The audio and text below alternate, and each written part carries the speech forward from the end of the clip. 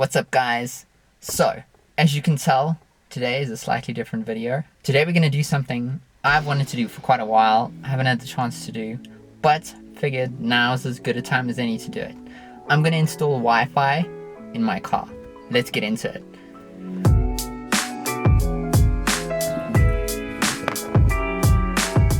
So, installing Wi-Fi in your car. These are the things we're going to need for today's project. If you guys want to do it yourself, this is kind of like a guide. You can make modifications to it. So you don't have to follow exactly every step I've done, but the basics should stay pretty much the same. So this whole project revolves around two things. Number one is the accessory power socket in your car, also commonly known as the cigarette lighter. And I'm going to be using a Huawei B315 something LTE router. Okay, so first thing I'm gonna do, now that you've seen all the things that we need to build this, I'm going to test different areas of the car to see what kind of reception I get and where the speed is the best. Okay, so I have some ideas where I think it might be the best, but there's only one way to find out. Let's test it. So the first place I'm going to be testing out how good the reception is straight up in the center console. Let's see what my phone says. So first result, right up at the front we have 9.46 down, 7.68 up. Not amazing, but if you're in the car, I guess it's not too bad if you're just using it to stream Spotify or whatever. So let's test the next place. Okay, so next result, back seat is 29.5 down and 7.83 up. Way better. So next place we're gonna go stick it. Instead of sticking it in the back seat, we're gonna go put it in the boot, or as our American fans like to call it, the trunk. Let's do it.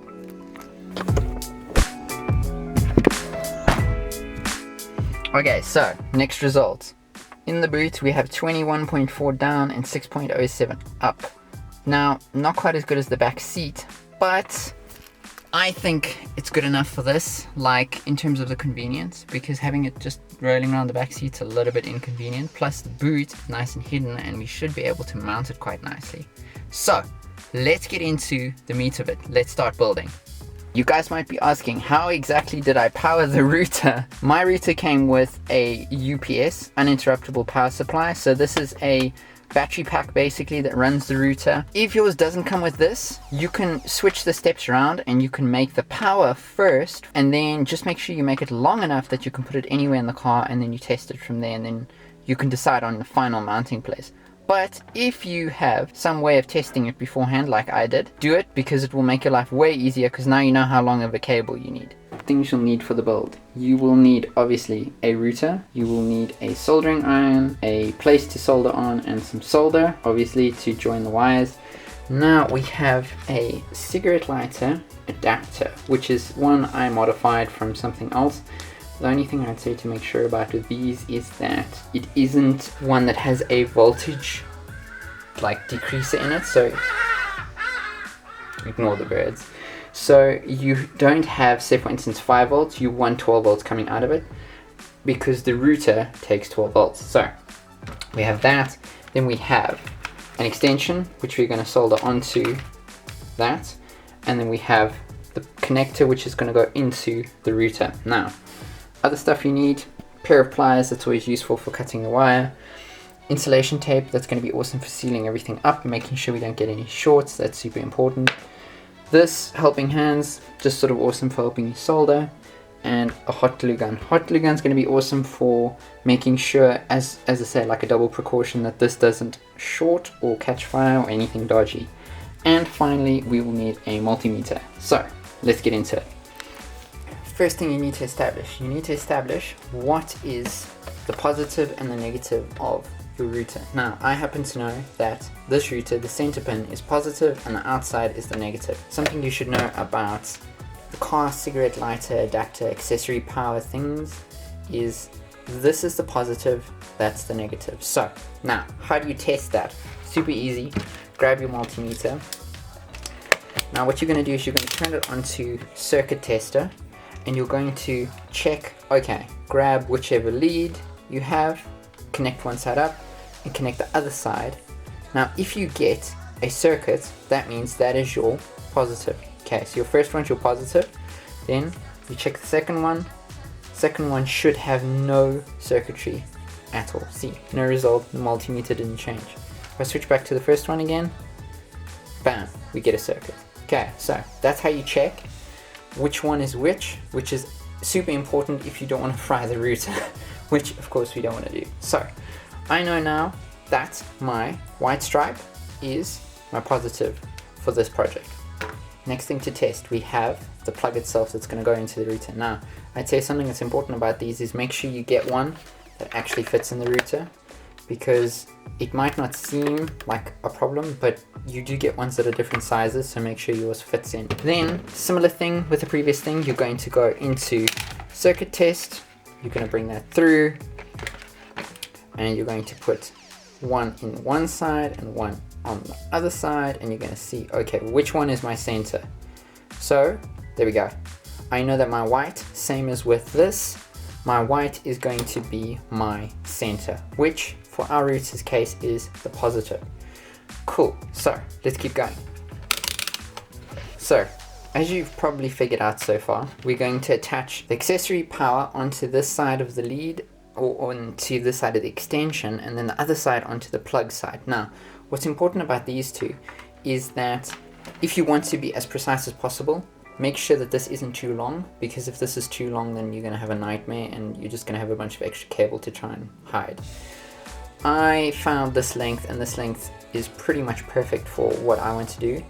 So, as I say, varies. I'd also like, if it was me, I'd get black, because black is sort of easy to hide, but this was the one I had on hand, so I'm going to use this. Next time you see all of these, they will all be one piece.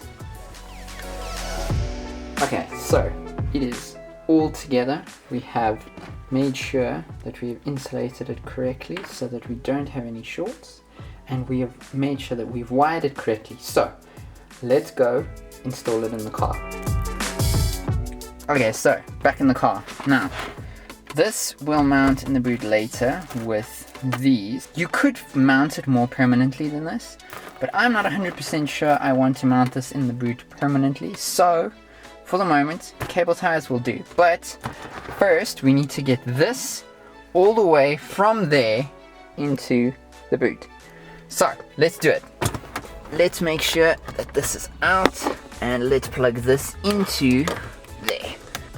Now we're going to take this and I'm going to run it under the seat, but first what I'm going to check is that there's nothing under the seat that's going to potentially like cause a problem, or you don't want to get it stuck in the seat rails or anything, because that will chew through the cable. Let's do it.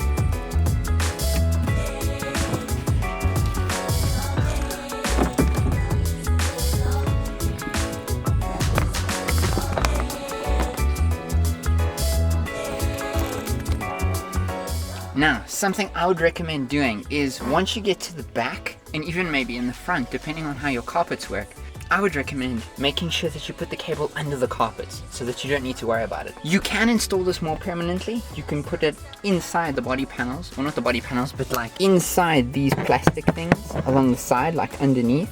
But as I say, I'm not sure I want this in my car forever, so I don't feel like spending the next 6 hours taking apart the car just to run one wire. Let's finish.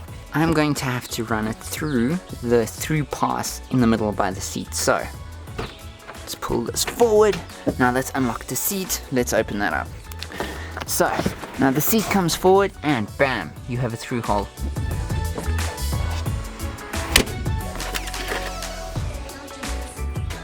So we officially have the cable all the way through to the boot. Now the next job we have is to figure out what we're going to mount it onto.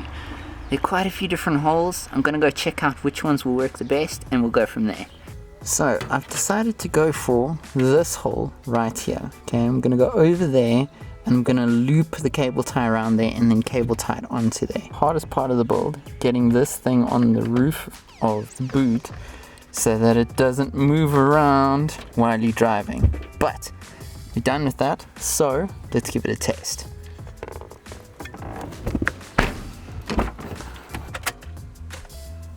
Okay, nothing's blown up so far, so that's good. Okay, now let's see if our wiring and our work has paid off. Let's see if it's on.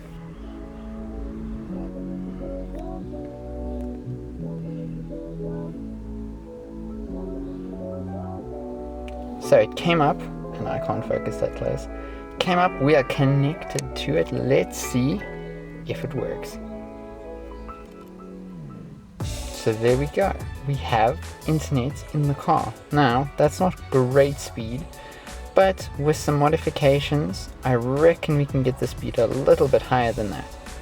But pretty awesome for the moment. Okay, so a couple of important things to make sure of with this project.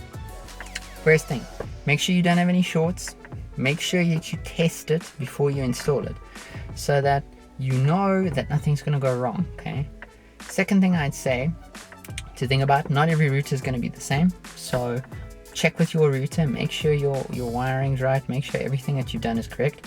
Now, obviously, caveat to this, it's not a normal router, it is a 4G router, okay, an LTE router. It's designed to have a mobile SIM card inside of it. So I have a SIM card in there with a data plan, and the way I installed it in there, I can access the SIM card and I can access all the Ethernet ports.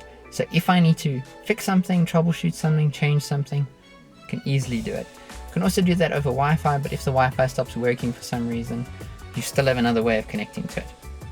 Physical connections are always work. So other than that, I can't think of anything else. Like, I'll probably, as you saw, the speed is fairly low. I might mess around with the LTE frequency bands and stuff like that in the router. See if I can change it, maybe get the speed a little bit higher. But that's internet or Wi-Fi in my car. Hope you guys enjoyed the video. I'll see you next time with either another project or more cell phone contracts.